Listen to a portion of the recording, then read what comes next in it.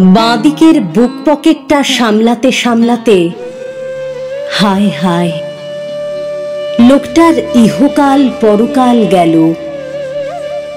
অথচ আর একটু নিচে হাত দিলেই সে পেত আলাদিনের আশ্চর্য প্রদীপ, তার হৃদয়।